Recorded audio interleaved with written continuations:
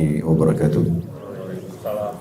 Alhamdulillah, lisan kita selalu memuji Allah Sang Pencipta, dan kita sebagai seorang muslim sangat menyadari kalau kalimat Alhamdulillah ada kalimat penghubung antara kita dengan Sang Pencipta Allah, dan Allah menjadikan kalimat Alhamdulillah sebagai kalimat berterima kasih kepadanya, yang tentu itu menjadi penyebab utama segala nikmat yang dilimpahkan kepada kita dari udara, air, dan apapun yang merupakan fasilitas di muka bumi ini, sehingga kita bisa menjalankan roda kehidupan akan selalu dipertahankan dan juga ditambahkan. Oleh karena itu jadilah sosok muslim yang selalu membasahi lidahnya dengan kalimat ini. Selanjutnya kita panjatkan salam hormat kita kepada utusan Allah Subhanahu wa taala, Nabi terakhir, manusia yang telah disempurnakan jalur nasabnya, fisiknya, ilmunya oleh Sang Pencipta Allah, dan orang yang sudah mencapai kesuksesan dunia dan akhirat yang paling layak dijadikan sebagai contoh, dan Allah kekalkan dalam surah Al-Ahzab agar orang-orang beriman menjadikannya sebagai contoh. A'udzubillahi minasyaitonirrajim. Laqad kana lakum fi Rasulillahi uswatun hasanatun liman kana yarjullaha wal yawmal akhir wa dzakarallaha katsira. Sungguh pada diri utusan Allah Nabi besar Muhammad sallallahu alaihi wasallam ada suri tauladan yang baik. Kita disuruh ciplak hidupnya, seluruh pola makan, minum, tidur, bergaul, apa saja kita mengikuti Nabi Muhammad SAW. Bagi orang yang ingin bertemu dengan Allah, ingin masuk ke dalam surga di akhir, dan juga ingin berzikir kepada Allah dengan zikir yang banyak. Pertama-tama saya berterima kasih pada seluruh ahli bait, tanpa satu persatu saya sebutkan, atas undangan ini. Semoga insya Allah yang diharapkan dari pengajian ini sesuai dengan targetnya, dan semoga Allah ikhlaskan niat kita. Saya duduk di sini bukan karena lebih pintar atau ingin menggurui, tapi kita menjalankan firman Allah Subhanahu wa taala, "Fadzakir fa inna dzikra tanfa'ul mu'minin." Saling memberikan peringatanlah, karena peringatan sangat bermanfaat bagi orang-orang beriman. Juga sabda Nabi sallallahu alaihi wasallam, "Ad-dinun nasihah." Agama ini semua isinya nasihat, untuk saling memberikan peringatan. Kalau itu perbuatan yang baik, maka kita saling dukung-mendukung. Kalau itu perbuatan yang buruk, maka kita saling mengingatkan agar jangan sampai terus dalam pelanggaran dan kesalahan tersebut. Jadi kalau seandainya Anda sedang mendengarkan sebuah penyampaian agama, maka lihat apa yang disampaikan, tidak perlu melihat siapa yang menyampaikan. Kalau itu benar, kalau Allah, kalau Rasul, Allah berfirman, Rasulullah SAW bersabda, diambil. Siapapun yang berbicara, kalau dia menyampaikan hal-hal yang jauh dari agama Allah Subhanahu wa taala, bahkan mengajak untuk maksiat kepada Allah, tentu kita tidak mendengarnya dan menjauhi. Baik teman-teman sekalian, juga saya perlu sampaikan, majelis ilmu seperti ini penting untuk selalu dijaga, baik itu sesama keluarga, kerabat, tauladan, karena emang keutamanya besar sekali. Kata Nabi SAW, tidak ada orang yang berkumpul mempelajari ayat-ayat Allah kecuali akan turun malaikat membawa rahmat dari langit. Juga dalam hadis yang lain, ini saya mengajak diri saya dulu, kemudian teman-teman sekalian, juga para sepuh kita tanpa menggurui. Sabda Nabi SAW dihasankan oleh para ulama hadis, siapa yang keluar dari rumahnya ingin menuntut ilmu, dia ikhlas karena Allah, maka dia seperti mujahid di jalan Allah. Dalam riwayat lain, dia akan mendapatkan pahala haji yang lengkap. Jadi sudah duduk nyaman, kita mendapatkan ilmu, dapat pahala haji. Asal kita ikhlas karena ingin menuntut ilmu. Dan kelebihan kita belajar ilmu agama ini, teman-teman sekalian, sebanyak apapun kita menampung ilmu itu, tidak akan mengambil ruang yang luas dari diri kita. Kalau seandainya kita belajar agama, misalnya kita duduk dalam majelis begini sejam, terus kemudian kepala kita menjadi lebih besar 2 kali lipat, 2 kali majelis ta'lim mungkin lebih besar lagi, mungkin sulit kita untuk belajar agama. Tapi sama sekali tidak mengambil ruang. Ya, kita memiliki memori di otak yang bisa menampung semua apa yang harus kita pelajari dari ilmu agama ini. Termasuk menghafal Al-Quran pun 30 juz dengan maknanya, dengan tafsirnya. Semua hadis-hadis Nabi SAW yang jumlahnya sudah jutaan. Juga itu tidak akan pernah mengambil ruang yang banyak. Tapi ilmu agama ini kalau kita pelajari, manfaatnya besar sekali. Dia seperti bodyguard buat kita. Karena setiap kali kita mau melakukan satu aktivitas, maka ilmu agama akan mengatakan itu boleh atau tidak. Mau makan, mau bergaul, mau bekerja, mau apa saja, kalau kita memiliki ilmu agama, maka ilmu agama itu akan mengatakan ini boleh atau ini tidak boleh, ini halal atau tidak. Jadi kita selalu seperti terawasi dengan sendirinya. Makanya dalam satu statement ulama salaf, ya, mereka mengatakan atau beliau mengatakan, belajarlah ilmu karena ilmu itu akan menjagamu. Beda dengan harta, kamu sibuk akan menjaganya. Jadi ilmu itu luar biasa manfaatnya. Dengan duduk sejam, setengah jam, sekarang alhamdulillah dengan media ada, itu bisa kita pelajari walaupun tidak sedang ketemu tatap muka seperti ini offline, kita masih bisa online, gitu kan. Dan usahakan teman-teman sekalian selalu buat simbol dalam hidup kita, tidak ada hari tanpa ilmu. Belajar aja terus, terutama ilmu agama. Karena ilmu agama itu kata para ulama seperti sebuah titik kelihatan dari jauh. Kalau kita cuma lihat dari jauh, Islam itu seperti titik kecil. Tapi pada saat kita masuk ke dalamnya, kita akan temukan dia sebuah lautan yang luas. Kalau seandainya kita belajar dari kecil, baru lahir sampai kita meninggal, maka tidak akan pernah habis untuk mempelajari ilmu agama ini. Apalagi kalau seseorang bermalas-malasan hanya kapan ada kesempatan, kapan lagi mood, atau sebulan sekali, itu lama sekali. Allah subhanahu wa ta'ala sudah menjadikan kita minimal bertemu sekali sejumat. Setiap Jumat ada khutbah Jumat. Dan alhamdulillah, sebagian besar kaum muslimin juga memaksimalkan 5 waktu sholat, ada kultum misalnya. Mungkin dalam keluarga ada seperti ini, maka itu hal-hal yang sangat baik sekali. Baik teman-teman sekalian, judul kita pada kesempatan ini, rumahku adalah surgaku. Rumah ini disinggung dalam agama, dalam banyak dalil. Banyak dalil. Jadi memang kita disebutkan dalam sebuah hadis Nabi SAW, termasuk puncak nikmat Allah pada seorang hamba, itu justru di badan yang sehat, di tunggangan yang baik, dan rumah yang luas. Kenapa rumah disebutkan? Karena memang kalau rumah itu dibuat nyaman, ya, Masya Allah mungkin seperti kondisi tempat ini atau tempat-tempat yang lain, maka membuat kita juga jadi tentram di rumah. Dan kalau kita di rumah, kita lebih mudah untuk bisa beribadah kepada Allah Subhanahu Wa Taala. Bagi wanita misalnya kata Nabi SAW dalam sebuah hadis, paling dekatnya seorang wanita pada Tuhannya justru pada saat dia di rumahnya. Dalam riwayat lain, di tempat tertutup dari rumahnya. Artinya dia sibuk dengan aktivitas rumahnya saja sudah bernilai pahala di sisi Allah Subhanahu Wa Taala. Begitu juga bagi laki-laki kata Nabi SAW, di antara orang yang sangat dekat dengan rahmat Allah Subhanahu Wa Taala, yaitu orang yang kalau tidak ada aktivitas lagi dia di rumahnya, sehingga dia selamat dari keburukan orang dan orang lain selamat dari keburukannya. Oleh karena itu kita sangat dianjurkan. Begitu juga dengan sholat sunnah, kata Nabi SAW. Sholat sunnah itu afdolnya dikerjakan di rumah. Ya, kalau sholat wajib di masjid kalau laki-laki, tapi kalau sholat sunnah dianjurkan di rumah. Kenapa? Supaya rumah itu hidup. Dan kata Nabi SAW, jangan jadikan rumah kalian seperti kuburan, gitu kan. Maka banyak sekali hal yang berhubungan dengan dalil-dalil syar'i masalah rumah ini. Nah rumah ini teman-teman sekalian, kalau kita juga seperti masa pandemi sekarang ini menjadi sebuah pelajaran penting ya.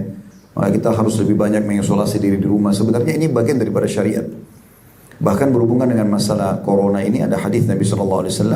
Siapapun yang sedang berada di satu lokasi yang sedang tersebar wabah, ya corona ini wabah, terhitung wabah.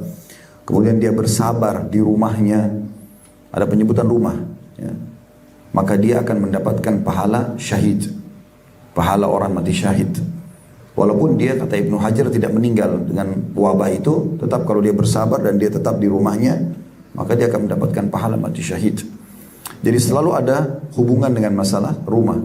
Itu juga sabda Nabi SAW, rumah yang di dalamnya berzikir atau dizikir, diingat Allah Subhanahu Wa Taala, perumpamaannya dengan yang tidak dipakai berzikir seperti orang yang hidup dan orang yang mati. Jadi selalu ada penyebutan tentang masalah rumah itu. Oleh karena itu kita buat judul, rumahku adalah surgaku. Kita bisa menjadikan rumah kita sebagai tempat yang sangat nyaman untuk meraih hal-hal yang kita inginkan dari ketentraman jiwa. Duduknya suami istri berinteraksi, orang tua dengan anak, anak dengan orang tua, saudara dengan saudaranya. Mungkin bahkan majikan dengan bawahannya, maka akan cukup memanen pahala yang sangat luar biasa. Bagaimana anak pada saat bakti dengan orang tuanya dalam rumah saja, melayani kebutuhannya, sopan santun dan seterusnya sudah cukup menjadi pahala yang luar biasa. Itu juga seorang istri, seorang suami yang saling berebut memenuhi kebutuhan satu sama yang lain dalam rumah tangga juga pahala yang luar biasa gitu. Jadi dalam rumah saja itu sudah pahalanya luar biasa. Bukan cuma kepada orang-orang yang punya kewajiban tadi kita berikan seperti orang tua kita patuhi, anak yang kita didik, suami istri yang saling memenuhi kebutuhan. Bahkan pembantu rumah tangga, mungkin kalau kita juga supir, kita berbuat baik sama mereka juga pahala. Bahkan Nabi SAW mengatakan, berikanlah mereka makan apa yang kalian makan, berikan pakaian apa yang kalian kenakan gitu. Bagian daripada syariat Allah Subhanahu wa ta'ala. Jadi kita bisa menjadikan itu sebagai ajang kehidupan ketentraman kita. Kita juga bisa berkreasi, rumah itu bisa ditata, dibersihkan dan segala macam. Begitu juga kalau kita ingin menjadikannya sebagai ajang akhirat. Artinya kita bisa mendirikan sholat malam, kita bisa mengadakan majelis ilmu, kita bisa melakukan banyak hal berhubungan dengan masalah rumah ini. Jadi sebenarnya yang kita bisa ambil dari pelajaran pandemi ini memang tinggalnya orang di rumah atau lebih banyak di rumah dan jarang keluar itu bagian daripada agama kita juga sebenarnya. Jadi kita keluar pada saat memang ada hajat. Kalau dalam syariat Allah Subhanahu wa ta'ala kita dianjurkan keluar rumah pada saat ada kebutuhan dan bukan keinginan. Karena kalau kita selalu ingin mengikuti keinginan kita maka tidak akan pernah habis. Tapi kebutuhan, kalau kita butuh, kita mau kemana, maka kita selesaikan. Setelah itu kita kembali lagi ke rumah kita. Jadi memang seperti itu gambaran dalam syariat Allah Subhanahu wa ta'ala. Baik, kita akan coba masuk lebih dalam tentang masalah bagaimana menjadikan rumah itu sebagai surga sebenarnya. Teman-teman sekalian, yang jadi tolok ukur dalam masalah rumah itu tentram atau tidak, kembali kepada dua hal. Bagaimana keadaan individu yang ada di situ, dan bagaimana sistem yang diterapkan di dalamnya. Kalau suami istri misalnya, yang merupakan individu yang ada di situ, orang tua sama anak-anak dengan orang tua, majikan sama bawahannya, semuanya memahami tentang fungsi dan tugas masing-masing, maka dipastikan itu adalah perangkat pertama yang akan membuat rumah itu menjadi surga. Misal contoh, saya misalnya sebagai seorang suami, pada saat saya memahami bagaimana tugas saya dalam rumah tangga dan saya jalankan maksimal, saya tahu ini adalah sebuah ibadah yang Allah perintahkan kepada saya, maka saya tentu akan terus menjalankan penaungan, perlindungan, memberikan nafkah dan seterusnya kepada istri. Begitu juga dengan istri. Pada saat dia memahami fungsi dia sebagai istri sesuai dengan apa yang Allah syariatkan, maka pasti akan maksimal juga. Dia akan melayani suaminya, dia akan menata rumahnya, dia akan merawat anak-anaknya dan seterusnya. Begitu juga dengan pada saat sudah punya anak, bagaimana anak-anak menghormati orang tua dan bagaimana orang tua mendidik anak-anaknya. Saya coba rincikan lebih dalam masalah ini. Teman-teman sekalian, sebagai suami misalnya, kita mulai dari sini dulu. Allah Subhanahu wa ta'ala betul-betul menggantungkan surga yang akan dia dapatkan, kebahagiaan di dunia, ketentraman jiwanya, dan juga di surga di akhirat di rumahnya. Di rumahnya. Bagaimana Nabi SAW memastikan bahwasanya seorang suami itu punya tugas-tugas di rumah, dan kalau dia kerjakan akan berpahala besar. Saya kasih gambaran kepada istri saya begini. Saya bilang, saya bersama kamu sedang bertugas, sedang bekerja di satu perusahaan namanya rumah tangga. Pemilik rumah tangga itu atau ownernya adalah Allah. Kapan saya menjalankan tugas dan kamu juga menjalankan tugas, maka kita dua-dua akan mendapatkan gaji. Itu rasionalnya. Tapi memang semuanya karena Allah, bukan karena yang lainnya. Karena kalau teman-teman membangun rumah tangga itu bukan karena Allah, maka kita sulit menerima dukanya. Kita hanya mau menerima sukanya. Saya kasih contoh supaya nanti kita kembali ke masalah rumah tangga. Kalau ada orang pergi haji, biayanya besar, jaraknya jauh, kita harus nginap di kemah di Mina. Beda sekali orang yang kerjakan karena Allah dengan orang kerjakan bukan karena Allah. Orang kalau kerjakan karena Allah, sepanas apapun cuaca di sana, selama apapun ONH plus aja, itu masih pakai di atas 20 hari, 23 hari, 25 hari gitu. Kita harus kerjakan pekerjaan, tinggalkan negara kita. Ada yang tinggal di hotel bintang 5, tapi ada juga yang beberapa waktu seperti di Arafah, di Muzdalifah, di Mina, kita harus tinggal di kemah kan gitu. Dan kita merasakan sendiri pada saat jumroh panas, ya, kita harus jalan kaki, melempar, tidak bisa ada mobil ke tempat jumroh atau melontar gitu. Tapi kalau orang ikhlas karena Allah, kemudian dia pulang, kita tanya, Bapak, Ibu mau haji lagi nggak? Jawabannya pasti iya. Dia tidak peduli lagi dengan panasnya cuaca, jaraknya jauh, biaya besar, karena dia akan lakukan karena Allah. Tapi kapan orang kerjakan bukan karena Allah, maka dia mengatakan, mungkin saya tidak mau haji lagi, terlalu jauh, panas dan seterusnya, cukup sekali saja. Nah di sini perbedaan dasar, sama dengan suami dan istri dalam rumah tangga. Nanti juga anak sama orang tua sama anak. Ini perangkat pertama ya, yang harus ada supaya rumah itu menjadi surga. Nanti kita akan masuk perangkat kedua tentang masalah sistemnya. Nah kalau perangkat pertama ini sebagai suami misalnya, bagaimana seorang suami menjalankan tugas, itu saja sebenarnya. yang merupakan kewajiban dia, yang merupakan hak istrinya. Jadi contoh misalnya, kewajiban pertama yang Allah bebankan sebagai setiap suami, firman Allah subhanahu wa ta'ala, a'udzubillahi minasyaitonirrajim, wa'ashiruhunna bil ma'ruf. Gaulilah para istri itu, para wanita di rumah itu dengan cara yang baik dan santun. Jadi bukan kejantanan laki-laki itu dilihat dari emosionalnya, bukan dari matanya yang melotot, bukan dari tangannya yang melayang, bukan lisannya yang tajam. Tapi seorang laki-laki terlihat justru kedewasaannya dari kebijaksanaan dan kedewasaan. Dan Nabi SAW sebutkan itu dalam hadis. Kata Nabi SAW dalam hadis Bukhari, "Laisa sur'atu bil ghadab." Bukan kejantanan, keperkasaan, kedewasaan. Ya. Semua itu kebijaksanaan dilihat daripada emosionalnya seseorang. Walakinna sur'atu man malaka nafsu indal ghadab. Tapi kedewasaan, kebijaksanaan dilihat justru pada saat dia bisa mengontrol emosinya. Jadi Allah memerintahkan itu sebagai bentuk ibadah, dan kewajiban suami yang pertama adalah wa'ashiruhunna bil ma'ruf. Gaulilah dengan cara yang baik. Kata Ibnu Abbas, gaulilah mereka dalam biologis dengan cara baik. Tapi secara umum ayat ini membicarakan tentang masalah kesopan santunan gitu. Ya, kemudian Nabi SAW menggambarkan, beliau mengatakan orang yang paling baik diantara kalian adalah orang yang paling baik akhlaknya, yang paling dicintai Allah, paling besar pahalanya, paling layak jadi teman, jadi pasangan itu adalah orang yang paling baik akhlaknya. Lalu kata Nabi SAW, dan tolok ukur seseorang itu baik akhlaknya justru baiknya pada istrinya. Jadi disebutkan dalam masalah itu, dan Nabi SAW mengatakan, dan ketahuilah aku orang yang terbaik dengan istrinya.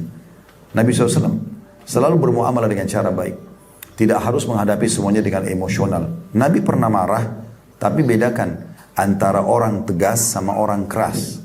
Kalau orang tegas, ini boleh, ini nggak boleh. Ini saya suka, ini saya tidak suka. Tapi bukan dengan keras. Keras tidak akan menyelesaikan permasalahan. Apalagi diikuti dengan emosional. Karena akan buyar semua ide, akan melotot mata, lisan kita jadi tajam, tangan kita akan melayang, dan ini akan terjadi pelanggaran agama. Maka ini kewajiban pertama suami yang harus difahami. Ya. Namun sebelumnya ada yang saya lupa tadi, teman-teman sekalian. Tanpa menggurui teman-teman yang sudah sepuh, mungkin lebih tua dari saya pun di sini, tapi ada satu hal yang saya lihat luput dari banyak rumah tangga kita di Indonesia, yaitu mereka menikah bukan karena Allah. Maksudnya begini, banyak orang di antara kita menikah karena orang tuanya yang suruh, karena suka, karena faktor umur, karena faktor lingkungan. Semua ini teman-teman harus diubah. Kalau ada yang hadir di sini niatnya awal menikah karena itu semua, harus diubah niatnya. Niatnya karena Allah dan Rasulnya perintahkan. Jadi kalau kita niat karena ini ibadah, kita berada di sebuah bahtera namanya rumah tangga, yang apapun kita lakukan kita akan bernilai ibadah. Saya kasih contoh, kita kalau lagi puasa Ramadan, pada saat kita niat karena Allah mau lakukan puasa karena ibadah, mulai sahur sampai terbenam matahari, apapun yang kita lakukan, kita lagi duduk, kita lagi jalan, kita lagi ngobrol, tetap kita berada di bahtera puasa.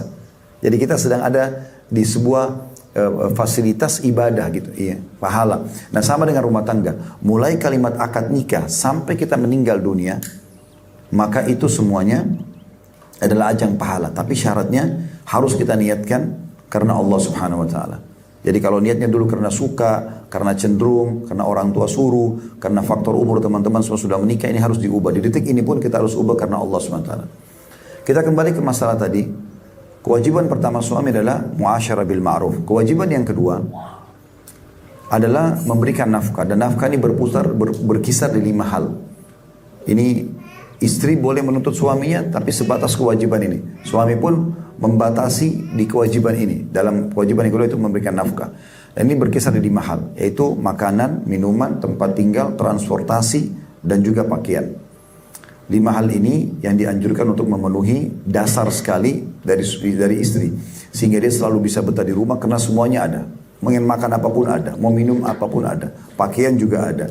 Tempat tinggal juga layak semampu suami, dan juga transportasi.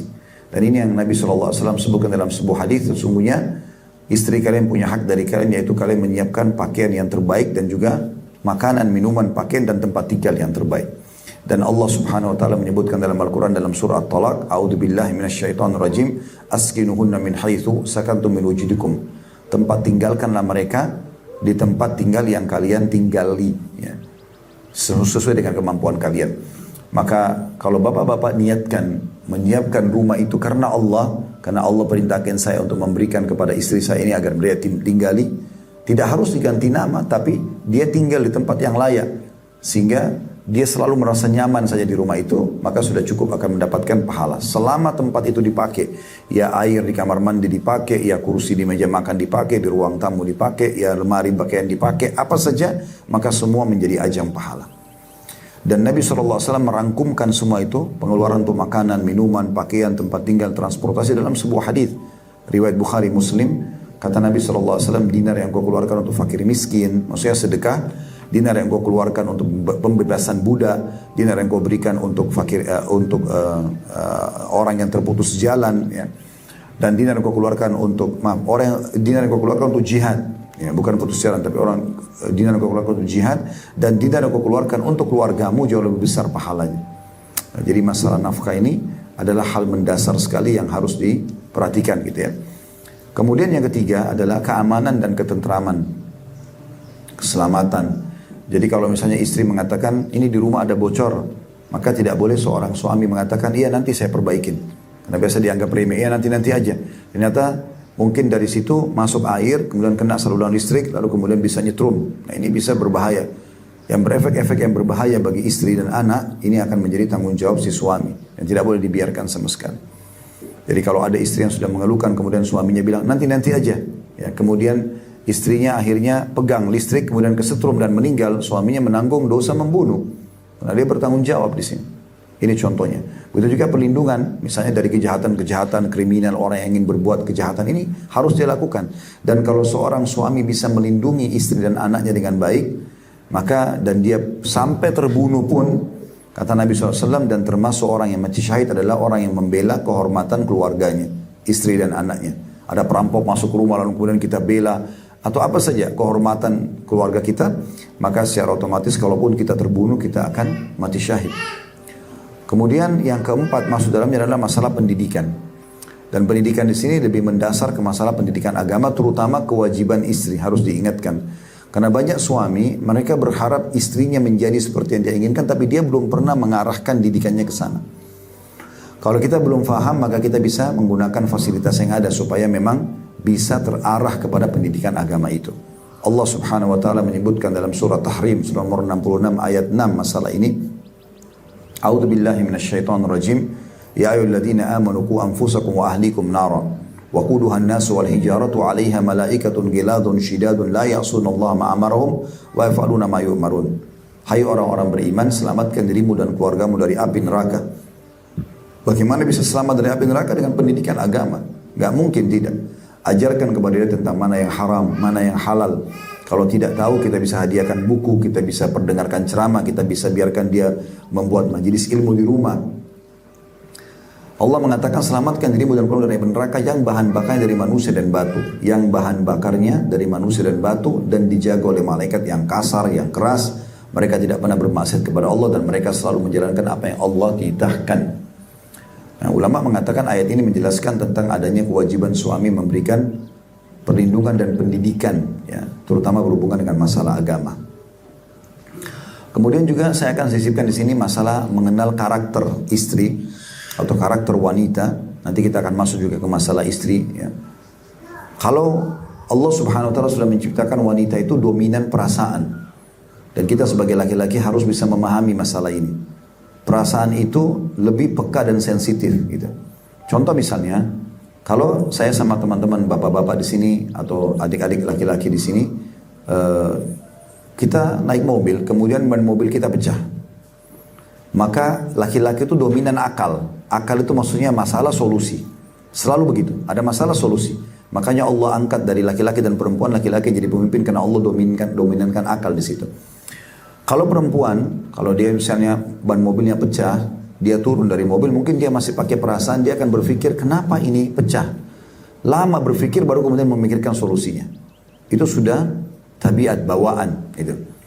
Maka saya kalau misalnya janjian sama seorang teman laki-laki, kemudian saya telat, anggaplah saya janjian jam 1 siang, tapi ternyata saya telat, 1:30 saya baru datang.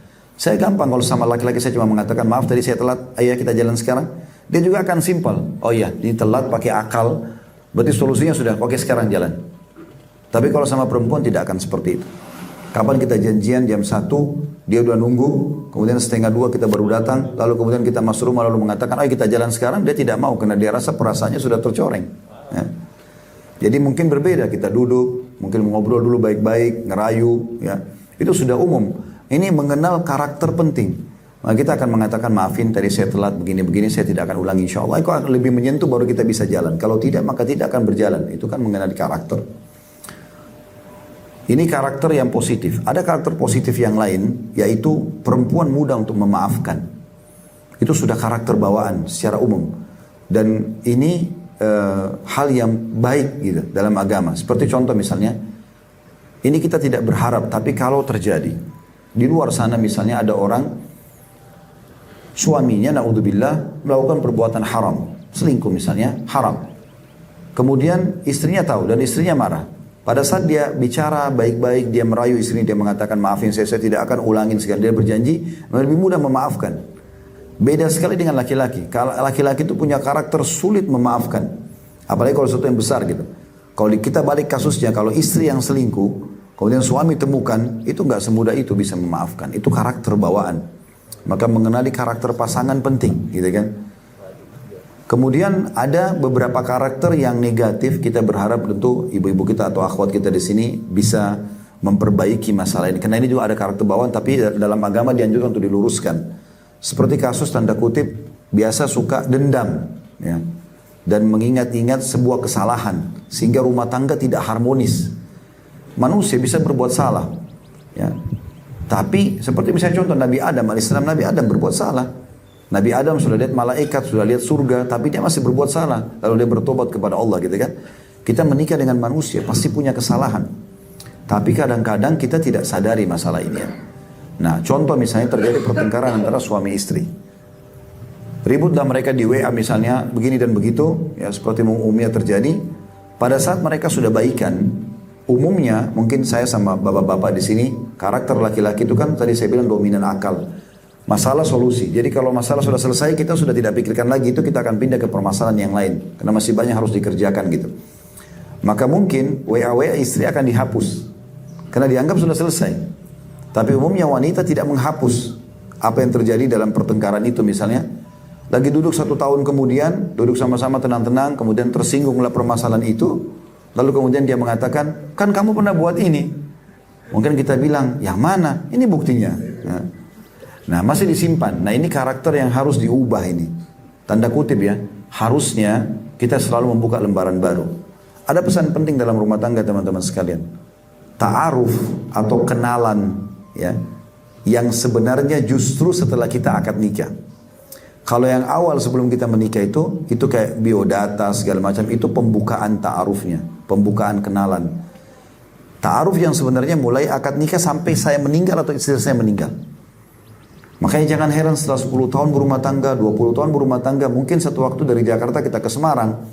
Lalu kemudian istri kita pernah juga ke Semarang waktu dia masih gadis misalnya. Lalu kemudian kita lewat di satu restoran, lalu dia mengatakan, ini restoran favorit saya. Padahal sudah 10 tahun atau 20 tahun menikah. Mungkin kita bilang, loh kok kamu baru bilang? Terus dia bilang, oh iya saya juga baru ingat. Itu umum. Itulah proses ta'aruf namanya. Jadi jangan pernah berpikir, sudah 10 tahun, 20 tahun berumah tangga, Anda sudah kenal semua pasangan Anda. Itu belum. Kita masih dalam proses terus, kenalan. Makanya juga kadang-kadang ada karakter-karakter bawaan yang kita butuh waktu bukan dalam sehari 2 hari mengubahnya. Misal, si suami biasa rapi, istrinya enggak. Atau terbalik, istrinya suka rapi, suaminya enggak. Sering kalau keluar kamar mandi, handuknya ditaruh sembarangan di atas ranjang, sepatu ditaruh sembarangan, segala macam, berantakan barang-barang. Ini mungkin sebuah karakter bawaan. Nggak bisa dengan sekali 2 kali tiba-tiba berubah gitu. Ini kan masa ta'aruf terus. Nah, kelebihan pasangan kita jadikan sebagai ajang untuk menyempurnakan rumah tangga, kekurangannya justru ajang untuk mendakwahi, bukan untuk bermusuhan. Ya. Dan jangan selalu teman-teman membawa-bawa keluarga. Ya. Banyak orang begitu. Memang orang tua kamu itu. Ya. Dia punya masalah sama istri atau sama suaminya. Sekarang cuma berdua. Sekarang dia bawa memang orang tua kamu. Dia bawa mertuanya sekarang. Berarti dia sekarang punya musuh 3 orang. Kadang-kadang ada juga mengatakan memang keluarga kamu itu. Kalau keluarganya 300 orang, gitu kan. Dia harus minta maaf dengan 300 orang. Kadang-kadang dia mengatakan memang suku kamu itu. Atau bahkan lebih besar, memang negara kamu itu. Nah ini hal-hal yang harus dihati-hati gitu ya. Maka ini penting untuk digarisbawahi, mengenali karakter. Jadi ini dari laki-laki ya. Kurang lebih itu kewajibannya, yang selebihnya adalah bisa kita katakan sunnah. Ya. Begitu juga dengan kita, kalau kita balik istri, kewajiban istri yang merupakan hak suami. Yang pertama sekali adalah ketaatan. Taat pada hal yang ma'ruf. Ma'ruf artinya bukan pelanggaran agama. Apapun itu yang sifatnya diperintahkan oleh suami, ikut saja. Selama bukan maksiat kepada Allah. Selama bukan maksiat kepada Allah. Dalam sebuah hadis yang sahih kata Nabi SAW, istri manapun yang sholat 5 waktu, gak disebutin sholat sunnah. Jadi cuma subuh, duhur, asar, maghrib, isya. Kalau ibu-ibu dan akhwat kita di sini menambah dengan sholat qobliyah, sholat duha, sholat malam, itu sudah luar biasa. Tapi sholat 5 waktu saja dia jaga. Kemudian berpuasa Ramadan. Tidak disebutin puasa Senin Kamis, puasa-puasa sunnah, cuma puasa Ramadan. Yang wajib saja. Kemudian yang ketiga, dia mentaati suaminya pada hal yang ma'ruf. Artinya, temani saya ke sini, temani saya duduk, diajak biologis, diajak keluar, diajak, selama bukan maksiat dia ikut. Maka pada saat dia meninggal, Allah akan memberikan dia kesempatan memilih dari 8 pintu surga yang mana dia ingin masuk. Dan dalam hadis yang lain, istri manapun yang membuat suaminya murka, maka yang di langit Allah pun murka padanya sampai dia membuat suaminya ridho. Ya. Jadi pahami dulu poin kewajiban ini. Poin nomor 1 nih bagi para muslimah. Kalau suami itu betul-betul tinggal dikemas dengan baik, orang ini Allah titipkan dan gantungkan surga saya pada dia. Bagaimana melayani dengan cara baik, bagaimana memberikan yang terbaik, apa saja untuk suaminya gitu. Ada teman saya dari Riyadh, beliau doktor juga, Dr. Saleh Hafizahullah, cerita dengan saya, dia bilang, saya biasanya kalau terbang, dia bilang, dari Indonesia, dia sering datang ke Indonesia, ada beberapa kegiatan sosial dan bisnis beliau. Dia sempat bilang, saya kalau pulang dari Jakarta ke Riyadh itu 8 jam, biasanya saya tidur. Dia bilang satu waktu, saya pernah tidak bisa tidur 8 jam itu. Dia cerita sama saya. Terus saya tanya, kenapa? Dia bilang, karena di sebelah saya ada suami istri dari Indonesia, duduk itu betul-betul mengusik saya, dia bilang.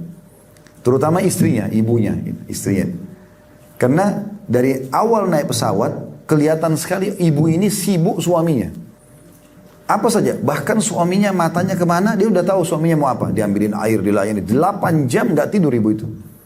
Dia bilang, saya belum pernah lihat ada perempuan seperti itu. Semua yang dia pikirkan adalah suaminya. Sampai turun lagi, sampai turun ke bandara Riyadh gitu. Sampai dia sempat bercanda sama saya, dia bilang kalau begini wanita Indonesia saya mau nikah sama orang Indonesia gitu. Dia tidak tahu kalau tidak semua wanita kita begitu kan. Tetapi ini salah satu contoh gitu. Ada memang wanita yang sudah memahami kalau suaminya tanpa lagi melihat fisiknya adalah sumber dia mendekatkan diri kepada Tuhannya, Allah Subhanahu Wa Taala. Sampai kata Nabi SAW, istri manapun yang meninggal suaminya ridho. Ridho itu kayak merasa kehilangan, kecuali dijamin masuk surga. Jadi jangan sampai nanti ibu-ibu meninggal suaminya bilang alhamdulillah, karena selama hidup buat masalah terus gitu kan. Ya, jadi itu masalahnya. Ini poin pertama, mentaati suami pada hal yang ma'ruf. Tapi kalau berbau maksiat nggak boleh. Kalau ibu-ibu disuruh buat sesuatu yang haram dalam agama, jangan ikutin. Kayak misalnya lagi puasa Ramadan, udah batalin puasa kamu, nggak boleh. Karena itu kan wajib. Kita harus bedakan ya, mana hak wajib haknya Allah dengan hak wajibnya makhluk. Begini maksudnya. Kalau kita sholat 5 waktu itu kan hak wajibnya Allah. Kan Allah wajibkan ya, kita harus kerjakan. Menjawab panggilan orang tua, kalau orang tua lagi panggil nak misalnya, atau menjawab panggilan suami, dipanggil istrinya, maka wajib juga menjawab. Tapi kalau ketemu antara wajib hak Allah dengan hak wajib hak makhluk, kita dahulukan hak wajibnya Allah. Lagi sholat 5 waktu, gak boleh ibu batalin karena suami panggil. Gak boleh ibu batalin atau kita batalin karena orang tua kita panggil.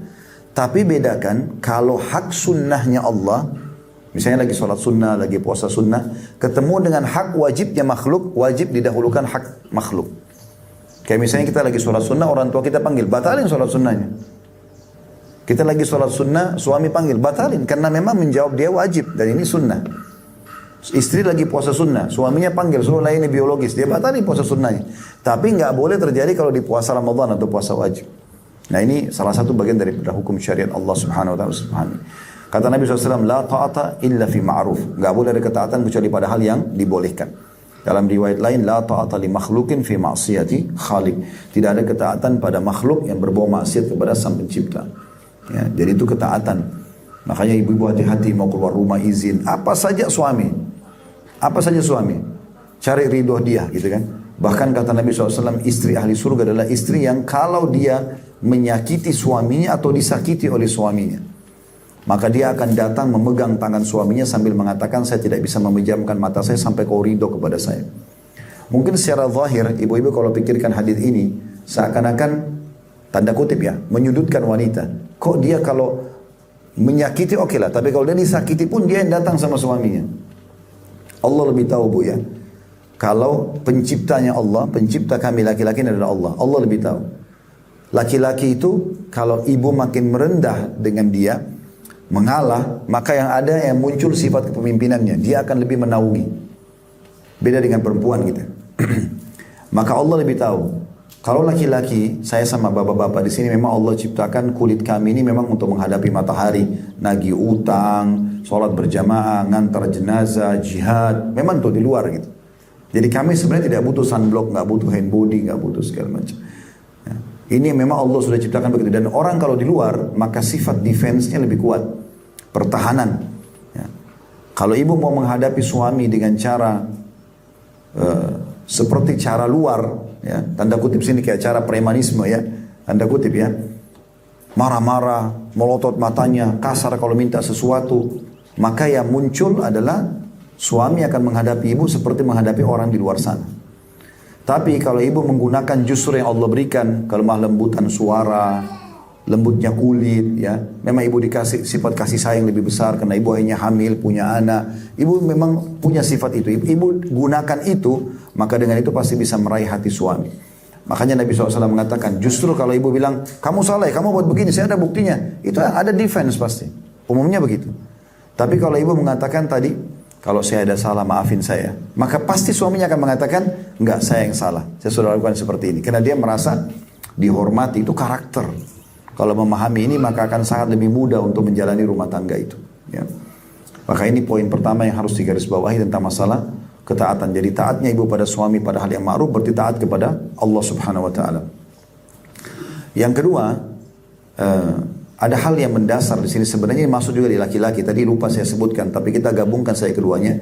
Salah satu hak pasangan adalah hak biologis. Ya, ini memang juga perlu disinggung. Jadi istri perlu memenuhi kebutuhan suami, suami juga memenuhi kebutuhan istri. Dan Nabi SAW menggantungkan di situ pahala yang besar. Kata Nabi SAW, fi bidi ahdikum sadaqah, di kemaluan kalian ada pahala sedekah, ada pahala yang besar. Maka seorang sahabat mengatakan, ayati ahaduna ahla walahu fihi ajr. Apakah seseorang di antara kami melakukan interaksi biologis sudah nikmat kemudian dapat pahala lagi? Kata Nabi SAW, ara'aitum law wadatum fil haram alakumul wizr. Tidakkah kalian lihat kalau kalian letakkan pada yang haram, maka kalian dapat dosa. Kan orang kalau zina dosa. Kalau kalian berarti melakukan interaksi halal biologi, maka dapat pahala. Dan kadar besarnya dosa zina, begitulah kadar besarnya pahala yang didapatkan kalau orang interaksi biologi suami istri. Jadi ini juga termasuk hak yang harus dipenuhi. Nah, cuma memang banyak orang yang kadang-kadang tidak memenuhi maksimal dalam masalah ini. Dia tidak niatkan karena Allah Subhanahu wa taala. Padahal kalau dia niatkan ibadah selain dapat kenikmatan, dia dapat pahala. Juga tidak boleh melupakan doa. Karena kata Nabi SAW, siapa yang ingin interaksi biologis dan membaca Allah jannibna minasyaitani wa jannib syaitani ma razaqtana. Ya Allah, jauhkanlah kami dari syaitan, jauhkan syaitan dari apa yang telah Engkau karunia kepada kami. Kata Nabi SAW, kalau Allah karunia anak dari hubungan biologis tersebut, maka anak itu tidak akan pernah diganggu oleh syaitan selamanya. Maknanya tidak akan nakal gitu. Dia akan bakti dengan doa ini gitu. Kemudian juga banyak hal-hal yang diajarkan Nabi SAW seperti tidak boleh menggauli istri di kemaluan pada saat haid dan nifas. Ini hukumnya haram. Tidak boleh meletakkan kemaluan dalam dubur. Ini hukumnya haram. Ya, sebagaimana banyak orang belajar masalah biologis dari film-film porno, ini semua tidak benar. Karena mendukung perzinahan, melihat aurat orang lain dan diajarkan dengan cara yang salah. Ya, karena Nabi SAW mengatakan siapa yang menggauli istrinya di kemaluannya lagi haid, atau menggauli di duburnya, ya, atau mendatangi dukun, maka dia telah kafir terhadap apa yang diturunkan kepada Muhammad sallallahu alaihi wasallam. Termasuk yang harus diperhatikan oleh para istri adalah tidak bolehnya keluar rumah tanpa izin, tidak bolehnya puasa sunnah tanpa izin. Karena Nabi SAW mengatakan, tidak halal bagi seorang wanita yang beriman kepada Allah hari akhir berpuasa sunnah sementara suaminya ada. Kecuali dengan izinnya. Ini juga termasuk adab-adab. Dan juga dalam hadis, wahai istri manapun yang keluar tanpa izin suaminya dari rumahnya, maka dia akan dilaknat oleh malaikat sampai kembali. Maka saya sarankan bapak-bapak di sini, bagaimana memberikan izin global kepada istri. Bagaimana istri juga meraih pahala dengan cara minta izin. Jadi ini kurang lebih gambaran tentang masalah suami istri. Kemudian teman-teman sekalian, kita harus pahami juga dalam masalah suami istri ini, kalau kita menikah dengan manusia, pasti manusia itu ada saatnya dia senang, dia sedih, dia marah, dia tenang. Maka ini semua harus juga kita pahami. Jangan selalu merasa idealis, semuanya harus baik. Kalau mau tidak ada masalah bisa nikah dengan balon saja. Dia mau marah, kita mau marah, enggak, dia diam aja. Tapi kalau sama manusia nggak bisa. Maka Abu Darda, radhiyallahu anhu, sahabat Nabi yang mulia, mengatakan kepada istrinya Abu Darda, ini sahabat Nabi daripada istrinya sahabiat Nabi, orang-orang yang mulia gitu. Dia mengatakan, wahai Abu Darda, kalau seandainya aku sedang marah, maka ridhokanlah aku. Jangan justru balas juga dengan emosi, maka tidak akan selesai. Dan kalau kau sedang marah, maka aku akan ridho kepadamu. Maksudnya aku tidak akan melayani dan aku juga akan memaafkan. Kalau tidak, maka tidak akan bisa berjalan rumah tangga ini dengan baik. Juga pada saat anak ada, kita pindah ke komponen individu yang lain, anak. Anak adalah amal jariah yang sangat besar. Kata Nabi SAW, semua yang kalian lakukan akan menjadi pahala buat kalian, dan termasuk anak kalian adalah amal kalian. Kayak saya sekarang ceramah di sini, walaupun kedua orang tua saya sudah meninggal rahimahumullah, mereka panen pahala saya. Karena saya lahir dari sperma ayah saya juga lahir dari di kantong sel telur ibu saya, dan juga tumbuh besar dari ASI beliau. Maka ini anak-anak adalah aset amal jariah. Kata Nabi SAW, termasuk hal yang paling besar pahalanya kalau yang ditinggal oleh seseorang yang meninggal itu adalah anak yang soleh. Cuma memang masalah anak ini ada hal-hal yang ingin saya berbagi. Ya. Yang pertama teman-teman, didikan agama pada anak-anak itu. Didikan agama. Jadi agama ini bukan pilihan tapi kewajiban. Banyak orang di antara kita menganggap agama ini kayak pilihan. Seperti orang kalau mau kuliah pilih fakultas agama saja. Bukan begitu. Dia walaupun kita nggak belajar formal atau legal di lembaga, maka agama ini kita punya kewajiban untuk kita pelajari. Kita harus tahu mana halal, mana haram. Itu yang akan ditanyakan nanti pada hari kiamat gitu. Maka didikan anak-anak kita masalah agama. Tidak ada ruginya mereka belajar agama itu. Kalaupun mereka ambil jurusan umum, tetap harus ada mungkin kursus ya, tambahan. Mereka kursus Al-Quran, mereka kursus agama. Panggilkan guru-guru di rumah yang mereka bisa datang, kalau anak perempuan sama guru perempuan, laki-laki sama guru laki-laki. Maka ini penting. Ya.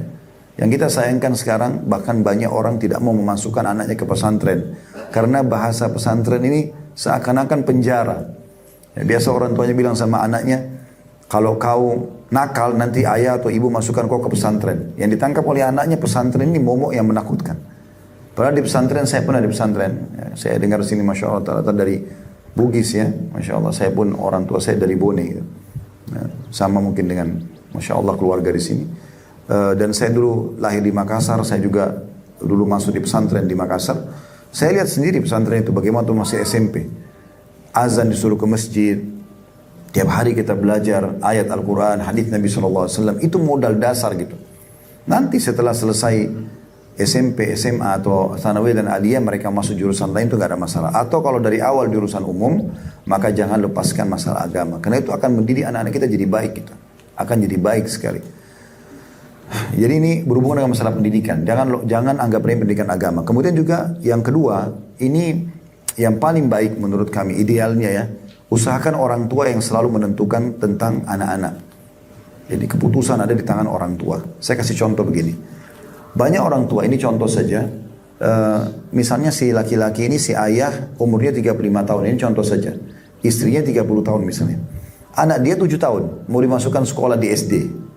Dibawalah si anak ini ke salah satu sekolah yang menurut orang tuanya mungkin mau didaftar di sana. Mungkin ada 2-3 sekolah didatangi, anggaplah 2 sekolah.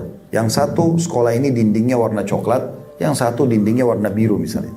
Lalu si orang tua ini, suami istri datang komunikasi dengan teman-teman yang ada di sekolah situ, ya, para staf pengajar dan staf administrasinya misalnya.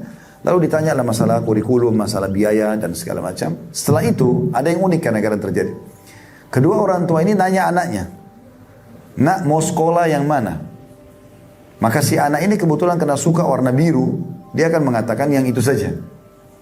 Padahal anak ini tidak tahu kurikulum, tidak tahu biaya, tidak tahu jarak. Dan ini banyak terjadi kesalahan ini.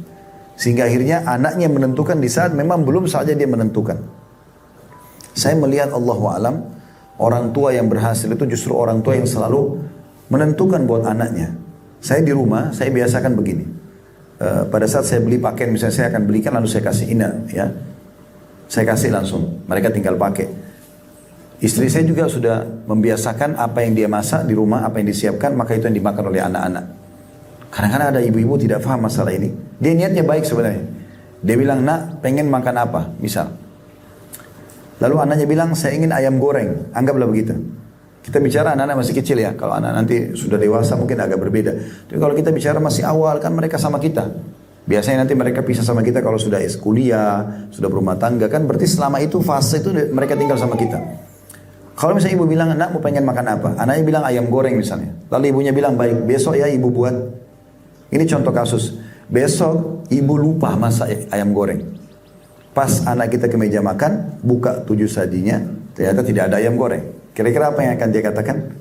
Mana ayam goreng saya ibu? Ibu bilang, lupa nak. Ah ibu ini. Nah bahasa ah ibu ini, itu yang ditegur dalam Al-Quran. Apa yang Allah bilang? Wala taqul lahuma uffin.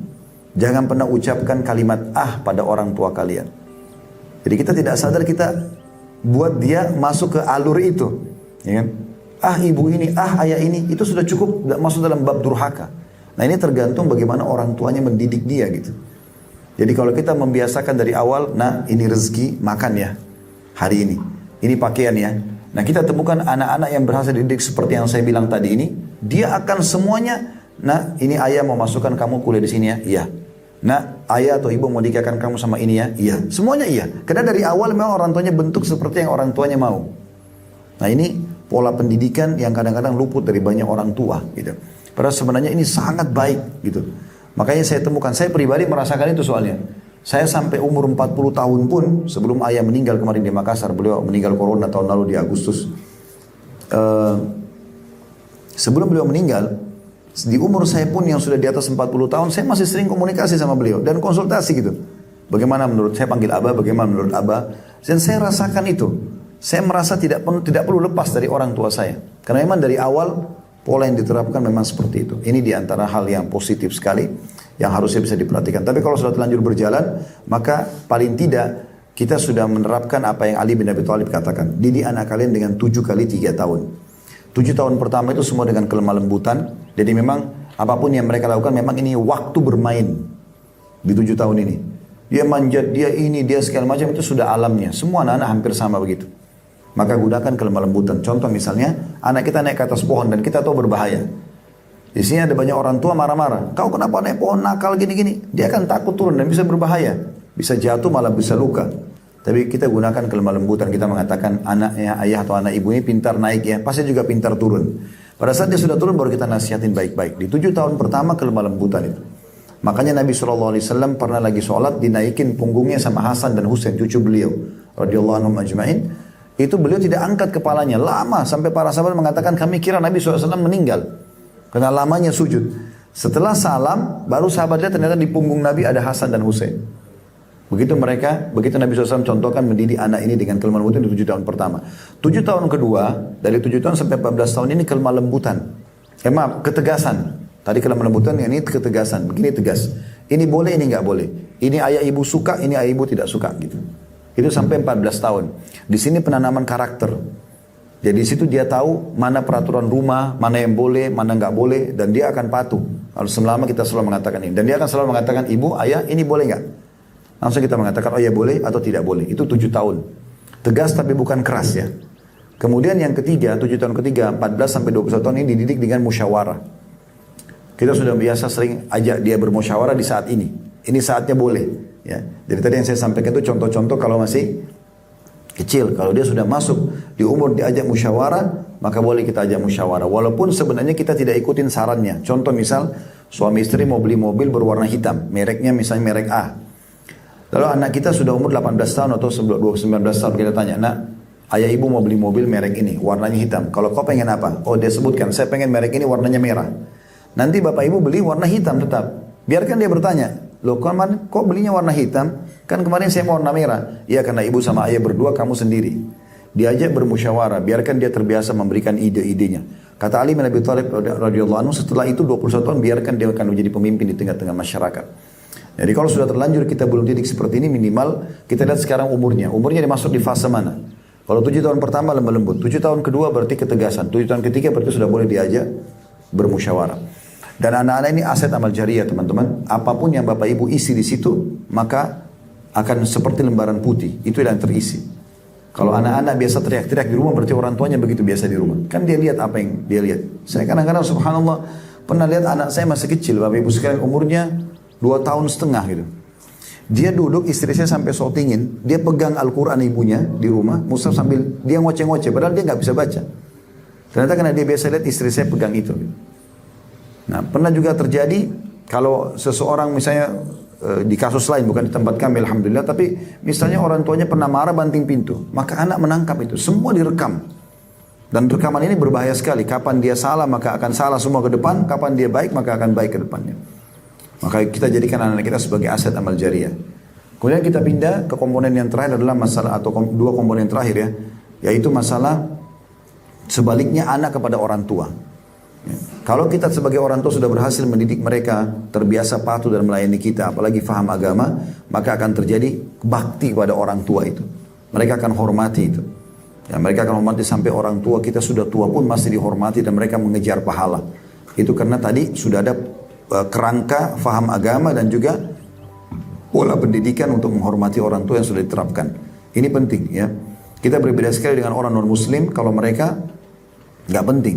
Kalau teman-teman lihat keadaan di negara-negara non-muslim itu, kalau mereka sudah mulai maju, berhasil, orang tuanya sudah tua, dimasukkan di panti jompo. Penuh di negara-negara mereka itu panti jompo. Padahal mereka masih sehat sebenarnya, tapi ditaruh panti jompo karena anaknya tidak mau urus.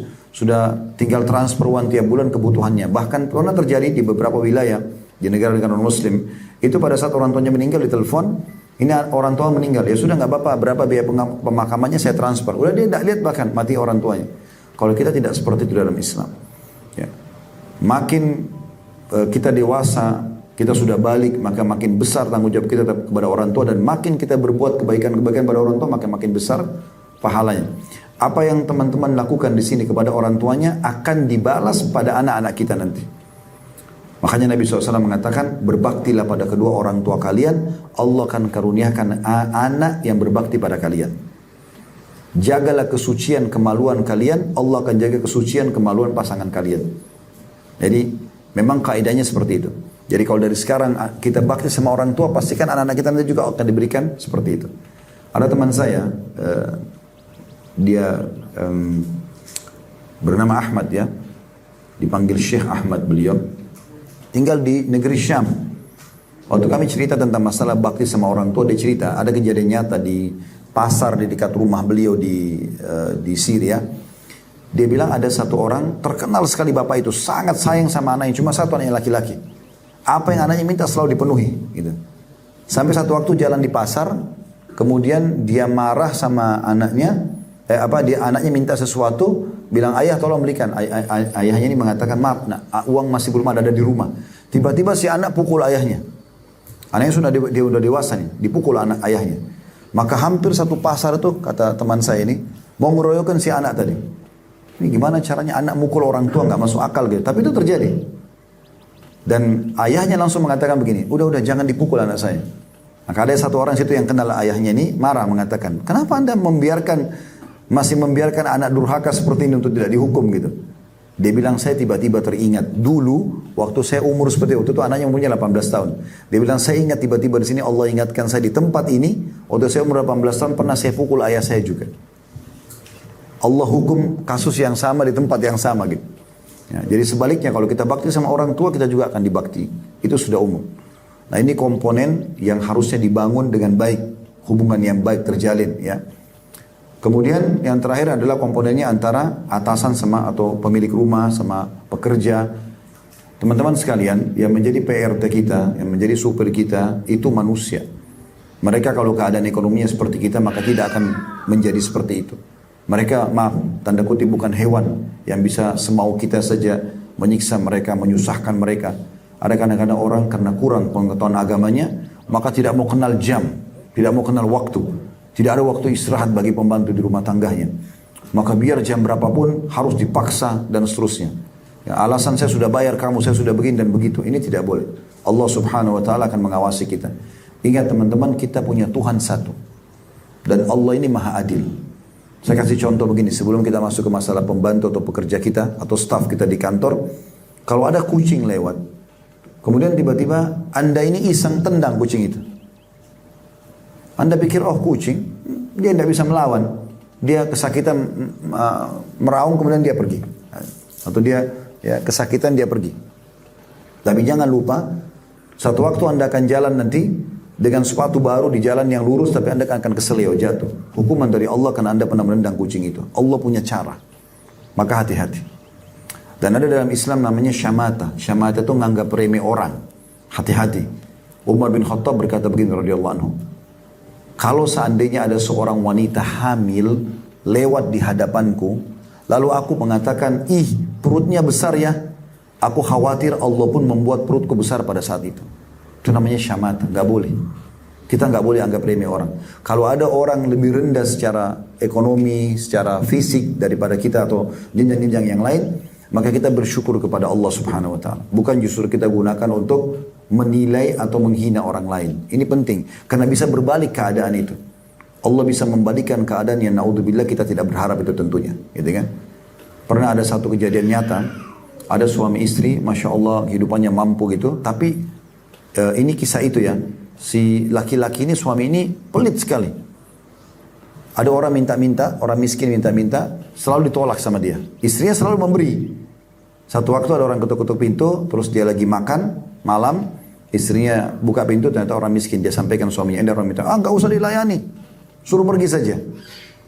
Maka istrinya mengatakan, coba membela. Ini sudah berapa kali orang yang datang minta, kenapa tidak mau dikasih? Sedekah itu baik. Intinya terjadi perdebatan pada saat itu, tetap dia tidak mau.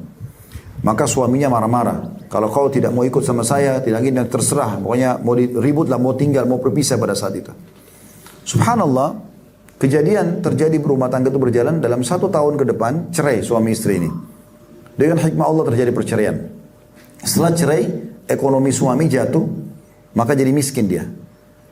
Lalu berjalan, mungkin perempuan ini menjanda sekitar 2 tahun, dilamar oleh seorang laki-laki yang kaya juga. Menikahlah. Setelah menikah, berjalan waktu, beberapa waktu gitu berjalan, terjadi mirip kasus itu. Kasusnya adalah lagi makan malam, dan suaminya sekarang ini orang baik, dermawan gitu. Ada yang ketuk-ketuk pintu. Lalu kemudian si istrinya buka pintu, dia setelah pamit sama suami, dia buka pintu. Pada saat buka pintu dia menangis. Kenapa? Karena dia lihat depan pintu mantan suaminya dulu. Jadi pengemis sekarang. Dan dia kembali ke suaminya sekarang. Dalam kondisi menangis, suaminya mengatakan, kenapa? Dia bilang ada orang yang minta-minta depan pintu. Dan itu ternyata mantan suami saya. Kata si suaminya sekarang, kasih apapun yang dia mau. Dikasih, disuruh kasih, bahkan si suaminya keluar untuk memberikan langsung. Lalu dia mengatakan di depan mantan suaminya perempuan tadi, apa Anda tahu siapa saya? Kata mantan suaminya, tidak, saya tidak tahu. Dia bilang, saya pengemis dulu yang minta berapa tahun depan rumah Anda. Anda menghina dan saya dengar menghina. Untuk apa urus orang miskin, untuk apa begini? Dan juga Anda memarah-marahi istri Anda. Pada saat itu saya berdoa sama Allah. Saya mengatakan, ya Allah berikan saya kekayaan yang buat saya tidak dihina. Dan selamatkan wanita dari keburukan, dari perbuatan laki-laki tersebut. Akhirnya saya menjadi kaya dan saya nikahi mantan suami Anda, mantan istri Anda. Terbalik keadaan, itu namanya syamata. Hati-hati. Jadi kalau seandainya ada orang punya kekurangan yang tidak ada pada kita, kita bersyukur sama Allah. Kata Nabi SAW, siapapun yang lihat kekurangan pada diri orang lain yang tidak ada pada dia, pincang, cadel, tuli, apa saja, punya kekurangan, kita mengatakan, Alhamdulillahilladzi afani mimma btala bihi. Segala puji bagi Allah yang telah menyelamatkan aku dari apa yang diujikan kepada orang ini. Wa faddalani ala katsirin mimma khalaqa tafdila, dan memberikan aku kelebihan yang banyak dibandingkan orang ini. Itu lebih baik daripada kita menghina orang lain. Karena ada orang biasa begitu, temannya cadel dicontohin, temannya pincang dicontohin, ini nggak boleh. Ini masuk dalam syamata. Bisa berbalik keadaan tadi sebagaimana saya kasih contoh. Nah jadi keadaan teman-teman kita kembali tadi masalah PRT, tukang kebun, supir, mereka ini kalau keadaan ekonominya kayak kita tidak mungkin mereka seperti itu. Tapi mereka dijadikan oleh Allah Subhanahu Wa Taala untuk melayani kita. Kata Nabi SAW, sesungguhnya pelayan-pelayan kalian adalah orang-orang yang telah Allah tundukkan untuk memenuhi kebutuhan kalian, maka berikanlah hak-hak mereka.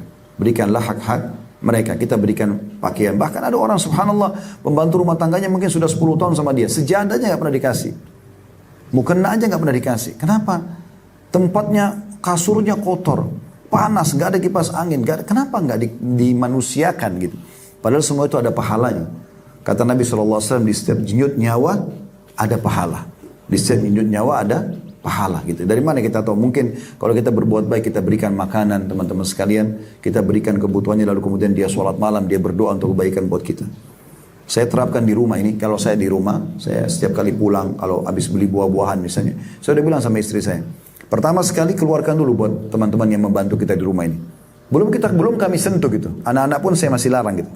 Dikeluarkan langsung anggurnya, apelnya dikeluarkan. Nih, buat mereka. Kita bila bahasakan ini buat kalian ya. Mereka makan, baru kemudian kita makan. Sehingga tidak terbuka pencurian makanan di rumah, tidak segala macam. Dan juga kita menghilangkan sifat pelit kita yang hanya mau kasih orang kalau sudah mau rusak, bekas-bekas. Ya, berikan sesuatu yang baik. Allah menilai itu. Ada kisah yang menarik. Di sini namanya Rabi' ibn Haytham rahimahullah, seorang ulama tabi'in. Beliau pernah mau makan, karena beliau tidak rewel di rumah, istrinya sampai tidak enak sama dia, sampai pernah masakan namanya halwa. Halwa ini zaman itu makanan mewah gitu. Bahannya mahal, buatnya susah, lama digodok. Mereka belum punya alat kayak kita sekarang untuk jadi makanan yang mewah, penuh dengan jenis kacang-kacangan yang mahal segala macam. Dimakan oleh orang-orang tertentu. Satu waktu Rabi' ibn Haytham ini kedatangan muridnya dari luar kota. Kemudian istrinya tahu, istrinya buatkan makanan halwa itu, dihidangkan di depan Rabi' ibn Haytham ini. Pada saat dihidangkan, anaknya keluarkan, anak laki-lakinya keluarkan, baru dia mau ambil potongan makanan sama tamunya, tiba-tiba ada yang ketuk pintu rumah. Maka dia pun kasih isyarat anaknya suruh buka pintu itu. Dibuka pintu itu. Begitu dibuka, di depan pintu orang gila. Digambarkan dalam kisah ini, orang gila ini kotor sekali pakaiannya, penuh dengan debu, dan maaf ini kisahnya begitu. Air liurnya netes-netes. Minta makanan. Maka Rabi' ibn Haytham tunjuk wadah piring yang ada halwa tadi, makanan mewah itu. Anggaplah Bapak Ibu mungkin tahu makanan yang favoritnya apa, biasa dibeli, itu mahal misalnya, mewah gitu. Itu disuruh hidangkan, suruh kasih ke orang gila. Orang gila disuruh kasih itu. Anaknya sebagai anak yang patuh bawa. Dan niatnya mau kasih satu aja, satu potong. Tapi begitu dibawa ke depan orang gila lihat makanan enak, diambil semua. Dimakan sampai habis. Setelah habis dilempar piringnya dan tidak terima kasih, pergi. Karena dia orang gila gitu. Anaknya Rabi' ibn Haytham rahimahullah ambil piring itu, ditutup pintunya. Kemudian dia masuk. Begitu dia masuk ke dalam, dia bilang, ayah, dia duduk dengan santun. Karena ini anak berbakti. Dia bilang, ayah, semoga Allah selalu jaga anda di atas kebaikan. Dia doakan kebaikan ayahnya. Dia bilang, itu tadi yang datang, orang gila. Dia tidak tahu nilai makanan yang kita kasih. Ini tolong di garis bawah ya. Dia bilang, dia tidak tahu nilai makanan yang kita kasih. Kalau seandainya tadi anda suruh saya ambil roti gandum kah atau apa saja makan di dapur, kan bisa. Kenapa harus halwa, makanan yang ibu saya buat setengah mati dan untuk anda gitu? Maka Rabi' ibn Haytham menjawab, dan ini jadi pelajaran kita. Dia mengatakan, wahai anakku, kalau seandainya, ya, ayo anakku, kalau seandainya dia tidak tahu nilainya makanan itu, tapi dia tidak tahu nilainya, maka Allah tahu nilainya. Tidak penting siapa yang terima, tapi yang penting bagaimana kita memberikan karena Allah. Seperti itulah ya. Jadi tidak usah melihat pembantu itu makan apa. Tidak penting. Yang penting Allah tahu kita memberikan dia yang terbaik. Bukan pas-pasan. Ya. Coba berikan yang terbaik. Teman-teman kalau masuk restoran, makan makanan yang enak, beli porsi yang sama, coba kasih ke tukang parkirnya. Coba kasih ke orang miskin yang bawa gerobak pinggir jalan. Coba bersedekah sesuatu yang baik gitu. Karena Allah akan menilai semua itu. Nah ini komponen yang pertama dalam masalah rumah surga ya, bagaimana setiap individu itu melakukan tugas masing-masing dan juga saling menghormati. Yang kedua tentang sistemnya. Nah sistem ini maksudnya adalah bagaimana kita menerapkan sistem Islam dalam rumah, membangun rumah tangga yang Islami, ya, rumah tangga yang Islami. Sering terdengar tilawah Al-Quran. Kita sayangkan kan kadang-kadang tilawah Al-Quran didengar kalau ada orang mati saja. Padahal sebenarnya tilawah Al-Quran harusnya didengar setiap saat gitu kan. Kemudian ilmu ya. Sekarang ada banyak di YouTube, di medsos Anda bisa ikutin, bisa diputar di TV, dikonekin di parabola, ada TV kabel segala macam. Ini biasakan hidup suasana itu. Juga tidak kalah penting teman-teman sekalian, hidupkan salam dalam rumah. Biasakan. Salam itu begini. Assalamualaikum artinya maknanya ya, semoga keselamatan dunia akhirat untuk kamu. Jadi kalau suami bilang sama istrinya Assalamualaikum, istri bilang sama suaminya Assalamualaikum, orang tua pada anak, anak pada orang tua Assalamualaikum, bawahan sama atasannya, atasan sama bawahan mengatakan Assalamualaikum, artinya dia sedang mengatakan semoga keselamatan dunia akhirat untuk kamu. Kalau kita tambah warahmatullah dan semoga rahmat Allah, makna rahmat karunia, rezeki, selalu bersamamu, wabarakatuh dan semoga berkah, maksudnya berkah cukup. Nah kalau Bapak Ibu baca Assalamualaikum itu 10 pahalanya. Warahmatullah 10. Wabarakatuh 10. Jadi sayang kalau kita potong-potong gitu ya. Makanya dalam sebuah hadis pernah Nabi SAW dalam majlisnya lagi duduk, ada satu orang masuk, dia bilang begini, Assalamualaikum. Satu gitu saja. Lalu Nabi jawab, Nabi mengatakan lahu asyarah. Orang ini dapat 10 pahala. Datang orang kedua bilang Assalamualaikum warahmatullah. Maka Nabi jawab, Nabi mengatakan lahu ishrun. Orang ini dapat 20 pahala. Datang orang ketiga mengatakan Assalamualaikum warahmatullahi wabarakatuh, lengkap. Nah, dia duduk, Nabi jawab, Nabi mengatakan lahu thalathun, orang yang dapat 30 pahala. Bayangkan teman-teman kalau kita setiap hari kerja kita begitu. Berapa kali kita telepon-teleponan dengan istri, dengan anak, atau kita masuk rumah, kenapa enggak ucapin salam? Masuk depan pintu salam dan lengkap. Kata Nabi SAW, siapa yang masuk ke dalam rumahnya, depan pintu, depan pagar atau depan pintu, mengucapkan salam, syaitan di sekitar rumahnya akan berkata pada teman-temannya, tidak ada tempat nginap untuk kalian malam ini. Salam itu membuat syaitan gak bisa masuk di rumah. Begitu hadis Nabi SAW. Dan siapa yang makan baca bismillah, maka syaitan akan berkata dengan teman-temannya di sekitar rumah dia, tidak ada makan malam untuk kalian malam ini. Jadi salam itu sangat besar manfaatnya. Kata Nabi SAW, tidak akan masuk surga kalian sampai kalian beriman, tidak akan beriman kalian kecuali kalian saling mencintai, dan maukah saya tunjukkan perbuatan kalau kalian kerjakan kalian akan saling mencintai, yaitu kalian mengucapkan salam di antara kalian. Ini jarang dihidupkan. Ketik WA, ketik pesan apapun, Assalamualaikum warahmatullahi wabarakatuh. Coba ucapkan itu, hidupkan itu. Setiap masuk, saya lihat di Saudi ini hidup sekali ya. Jadi istri ketemu suami, walaupun berpisah sebentar, masuk rumah ucapkan salam. Ke ruang tamu, masuk ke kamar tidur aja, Assalamualaikum. Bahkan teman-teman mungkin aneh mungkin kalau kita di Indonesia melihat ini ya. Tapi ini terjadi di Saudi. Kita kalau naik di pesawat di Saudi, domestik ataupun internasional, kalau penerbangan Saudi, kita sudah duduk nih. Yang masuk pasti ucapin salam itu. Siapa orang penumpang yang biar tidak kenal. Ya, kalau kita masuk lift, kita di dalam lift ada orang masuk, pasti dia ucapkan salam. Kita naik di bus, orang masuk pasti ucapin salam. Hidup sekali salam itu. Saya pernah di salah satu pasar di mall di Jakarta, saya mau sholat, kebetulan di lantai 7 musolahnya. Saya tanya, di lantai 7. Saya pas mau masuk, ini pada mau ke musola semua kita. Begitu buka pintu, saya Assalamualaikum warahmatullahi wabarakatuh. Semua lihat muka saya. Ini siapa orang ini gitu kayak nggak kenal, karena salamnya hanya pada orang yang dikenal kan. Padahal kata Nabi SAW, termasuk amal yang Allah cintai memberikan salam pada orang yang dikenal dan tidak dikenal. Kemudian juga yang penting teman-teman sekalian dalam sistem adalah selalu ucapkan kalimat baik. Ya. Baik kepada istri, kepada suami, kepada anak. Apa kata Nabi SAW? Jangan pernah ucapkan kalimat buruk untuk diri kalian, untuk keluarga kalian, istri dan anak, dan untuk harta kalian. Karena bisa saja malaikat lewat mengaminkan dan terjadi. Contoh misal, anak kita aktif. Anak kita aktif. Sebenarnya bukan nakal ya. Banyak orang salah faham, dianggap nakal. Sebenarnya bukan, mungkin aktif. Lalu dia mengatakan, ini anak nakal sekali misalnya. Itu kalimat bahaya nih. Karena kalimat bisa jadi doa. Kan gitu. Lebih baik jangan. Atau suami istri ribut. Saya nyesal nikah sama kamu. Nanti jadi penyesalan benar. Gak boleh ucapkan kalimat baik. Lebih baik kita mengatakan, semoga Allah berkat hidayah. Semoga Allah berikan kau petunjuk. Semoga Allah angkat derajatmu. Semoga, kenapa kita gak ganti dengan kata-kata baik? Nah ini juga perlu diperbaiki. Saya sarankan kalau ada orang, insya Allah sih tidak ada, tapi kalau ada orang yang selalu rumah tangganya bermasalah, coba diantara doa begini bilang, ya Allah aku beristighfar kepadamu pada semua kalimat buruk yang pernah aku ucapkan untuk diriku, keluargaku dan hartaku. Tapi saja mungkin dari kata-kata kita lihat diri kita di kaca, di cermin, kok saya jelek ya? Jadi jelek betul nanti dia. Padahal sebenarnya dia juga ciptaan Allah kan. Maksudnya tidak perlu diucapkan masalahnya. Jadi coba hindari semua kalimat buruk. Kalau ada apa-apa selalu bilang Masya Allah, Tabarakallah. Ya, ini penting ya, karena ada penyakit ain juga. Penyakit ain itu penyakit hasad, iri.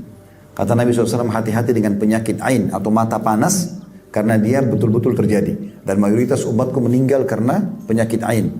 Jadi kalau ada rumah Masya Allah seperti ini, kalau ada yang datang bertamu ya, ke sahibul baitnya bilang, orang bilang, oh rumahnya bagus ya, kita yang bilang Masya Allah, Tabarakallah. Kita yang selalu bilang, anak kita lucu. Ada yang lihat, oh anaknya lucu ya, Masya Allah, Tabarakallah. Oh badannya sehat, Masya Allah, Tabarakallah. Selalu itu. Karena banyak orang tidak tahu dia kena ain. Mayoritas umatku meninggal justru karena ain. Ya. Ada orang suami istri akur, tapi kena selalu ekspos kemesraannya. Ada orang dia tidak suka, jadi kena ain, ribut. Itu terjadi sekali. Harus hati-hati. Ini sudah ada bahasan kami di YouTube tentang masalah ain dan berbahaya sekali. Kata Nabi SAW, hati-hati dengan ain karena itu benar terjadi. Ya. Jadi jangan sampai kita memamer-mamer sesuatu. Kalau ada memang orang pas lihat ya silakan. Hindari masalah-masalah ekspos ya. Di Saudi itu ada terjadi anak kecil lucu sekali, anak perempuan itu.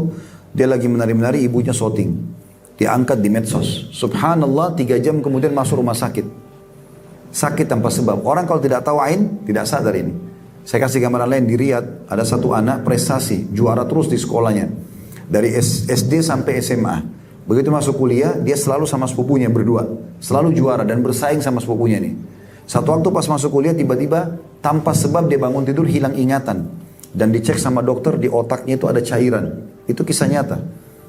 Masuk ke rumah sakit terbaik di Riyadh pada saat itu, di ibu kota Saudi. Dokter bilang ini tidak ada cara lain kecuali harus operasi, cairannya harus dikeluarkan. Ada satu orang dari keluarganya kebetulan faham agama, dia datang kepada seorang syekh. Kalau kita di Indonesia itu kiai atau ustadz gitu. Ditanya, ada kejadian seperti ini, apa saran anda?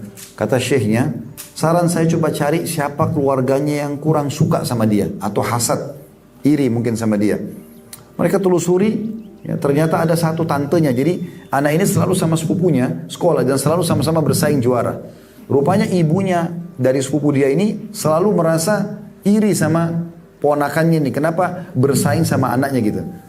Lalu mereka datangi baik-baik, kata syekhnya, kalau kita ketemu, datang baik-baik, minta air wudunya. Disuruh wudu, lalu kemudian disiram, dimandikan kepada orang yang sedang sakit itu. Mereka lakukan, disiram ke badannya orang yang kena tadi ain itu, tiba-tiba hilang cairan di otaknya dan dicek sama dokter tidak ada lagi. Nah, itu pernah terjadi di zaman Nabi Muhammad SAW ya. Ada seorang sahabat tampan sekali, kulitnya putih bersih, sampai diistilahkan seperti mirip anak gadis yang dipingit. Dan zaman dulu orang tidak ada tempat mandi dan WC dalam rumah. Zaman Nabi SAW itu orang di luar rumah. Ke padang pasir ada orang bangun WC-WC untuk mereka gitu. Jadi orang tahu ini WC-nya keluarga ini, kamar mandinya keluarga ini gitu. Nah untuk laki-laki dari pelapa-pelapa kurma itu biasanya cuma sampai di kepala saja. Jadi bagian kepala kelihatan. Untuk perempuan tertutup semua. Itu membedakan kamar mandi zaman dulu. Nah laki-laki ini mandi dan pada saat dia mandi ada satu sahabat lewat. Ini orang iri sama orang yang mandi nih. Dia mengatakan, anak gadis yang dipingit saya tidak semulus kau kulitnya. Tiba-tiba pingsan. Ya, begitu hadis sahihnya, ya. Tiba-tiba dia pingsan. Yang mandi tadi itu pingsan. Pada saat dia pingsan dilaporkan kepada Nabi Muhammad SAW. Ya Rasulullah begini kejadiannya. Kata Nabi SAW, siapa tadi yang lihat dia waktu mandi? Mereka bilang si fulan. Lalu Nabi panggil. Nabi bilang, kenapa kau tidak bilang, ya Masya Allah, Tabarakallah. Kenapa kau tidak puji Allah pada saat lihat orang ini? Disuruh dia wudu atau disuruh dia mandi lalu disiram kepada orang yang pingsan tadi lalu dia bangun. Nah ini contohnya gitu kan. Kalau di Saudi itu sudah biasa di rumah-rumah orang, biasanya di depan pintunya dikasih kaligrafi Masya Allah, Tabarakallah. Jadi orang begitu masuk rumah, lihat itu dulu gitu. Ya, biasanya begitu. Tapi kalau tidak kita ucapin aja gitu kan. Kita ucapin itu kalau misalnya ada orang yang puji ya. Jadi ini beberapa sistem yang harusnya memang kita jaga gitu kan. Selain daripada itu memang kita coba hidupkan ibadah-ibadah, kita sholat berjamaah, kita hidupkan zikir pagi petang ya. Tadi ada buku, saya kasih itu ada zikir, insya Allah bisa dibagi ke keluarga mungkin. Ada 134 doa, di antaranya ada tulisan itu zikir pagi petang, dibaca pagi dan dibaca sore hari. Itu kalau kita sering baca insya Allah, Allah akan selamatkan kita dari segala macam mara bahaya. Allahu a'lam. Baik ini bahasan kita insya Allah, mudah-mudahan bisa diambil manfaat dari situ. Baik mungkin kita tutup dengan kafaratul majlis. Subhanakallahumma bihamdika asyhadu an la ilaha illa anta astaghfiruka wa atubu ilaik.